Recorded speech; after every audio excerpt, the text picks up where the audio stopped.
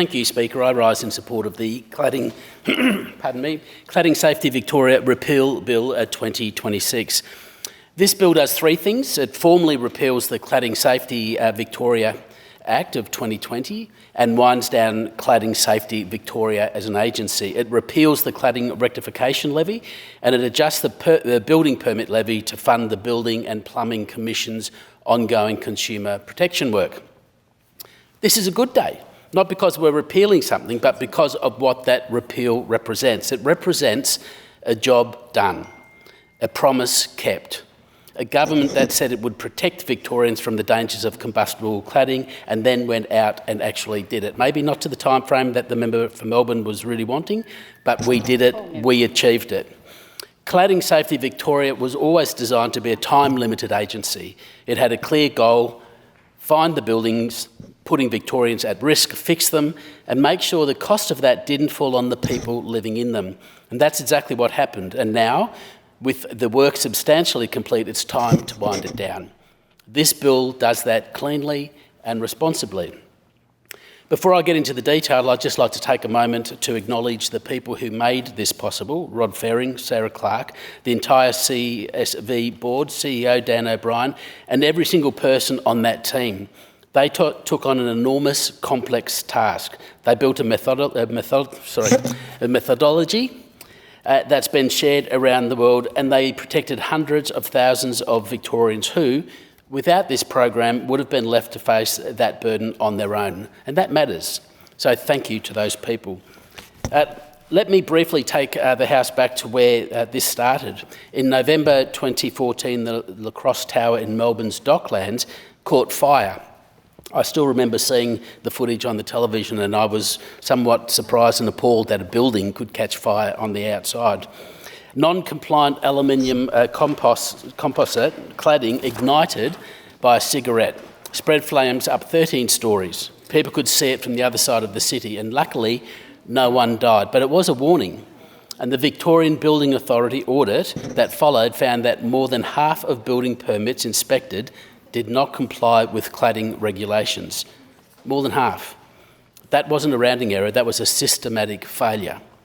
Then, in 2017, we watched in horror as Grenfell Tower burnt in London.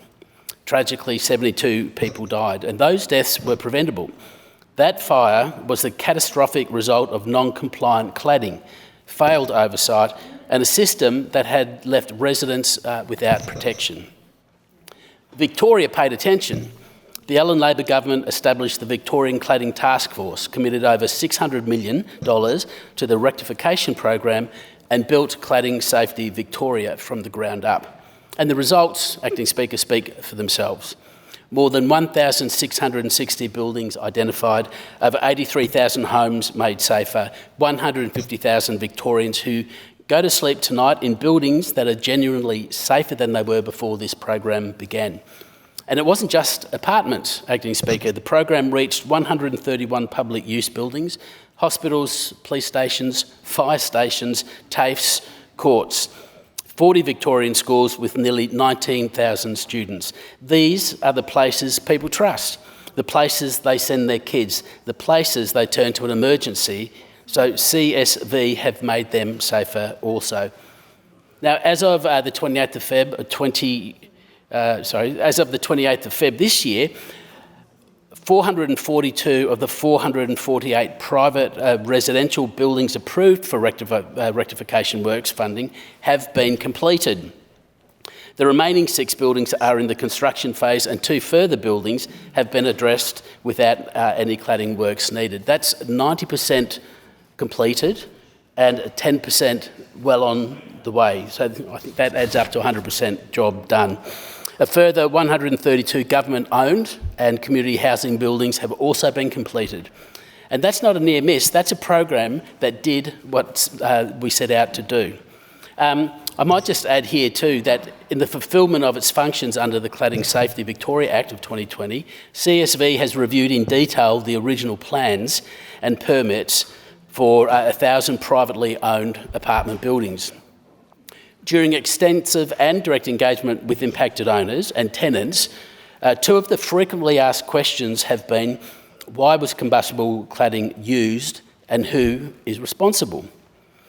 The resulting report addresses the second question with insights about more than 800 buildings where adequate information was available in designs and permits to yield a robust conclusion about the compliance of external wall cladding. And the report states, an analysis of the data reveals widespread misapplication of Victoria's regulatory requirements for external wall cladding by the key professionals responsible for the design and permitting of buildings, namely the architects, draftspersons, fire safety engineers and building surveyors. And you can find a copy of that on the CSV website. The member for Narrowtown and the member for Morwell spoke about that complete issue, that they thought they were using things that had been approved, and obviously there was a lot of misinformation and misapplication that went on, and thankfully that's been caught. So now to the other important work that this bill does. When CSV is abolished, its functions, assets, staff and liabilities transfer to the Building and Plumbing Commission. The BPC is our consumer-faced building regulator established by this government to hold dodgy operators accountable and give working Victorians genuine protection when things go wrong. The cladding expertise CSV has built over 6 years doesn't disappear, it carries over. The bill also makes significant changes to the building levy structure, and I want to be clear about what that means in practice. The cladding rectification levy is repealed. It was created to fund half the cost of rectification works. That work is done. The levy is no longer needed. In its place, a new lower component of the building permit levy is introduced. This applies only to Class 2 to 8 buildings in non-metropolitan areas valued at 1.5 million or more, and only until June 2029. The net effect? An overall reduction in levy costs of between 47% and 66%. Now, those savings should flow through to builders and to consumers. Buying a home is the biggest financial decision most working people will ever make. We know that. Every dollar of unnecessary cost we can remove from that process is a dollar back in someone's pocket. And this sits alongside the broader work the Allan Labor government is doing to make the building system work for Victorians, not against them.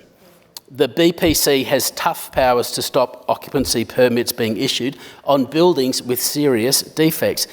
If it's not fixed, it's not for sale. And soon, rectification order powers will force builders back to address seriously defective work, even after move-in day. The first resort domestic building warranty means home buyers can make a claim when a problem is first identified, not just when the builder has gone under. The developer bond scheme gives buyers of high-rise buildings a financial safety net that simply didn't exist before. These are not abstract reforms, they are the difference between a working family losing tens of thousands of dollars chasing a dodgy operator through VCAT and having a regulator with the power and resources to step in and hold that operator to account. I'll say this plainly, Acting Speaker, there are members on the other side of this chamber who have stood up and spoken at length about the suffering of Victorians caught out by dodging builders. They've shared real stories, some have shared their own stories, and yet when the time came to back the reforms that would actually fix the problem, they opposed them, and that's a choice. Victorians remember those choices. Labor answers to working people. That's why we built CSV. That's why we're building the BPC. That's why we're getting on with constructing more homes with more protections at better standards. In the 12 months to January this year, Victoria approved nearly 53,000 dwellings, commenced over 55 and completed over 54. More than New South Wales, more than Queensland. We're not just building more, we're building better. We said we'd fix the cladding crisis. We funded it, we built the agency, we ran the program, we protected 157,000 Victorians in the process. Now we're winding it down responsibly, locking in the savings and making sure the BPC has what it needs to keep protecting consumers for years to come. I commend the bill to the House.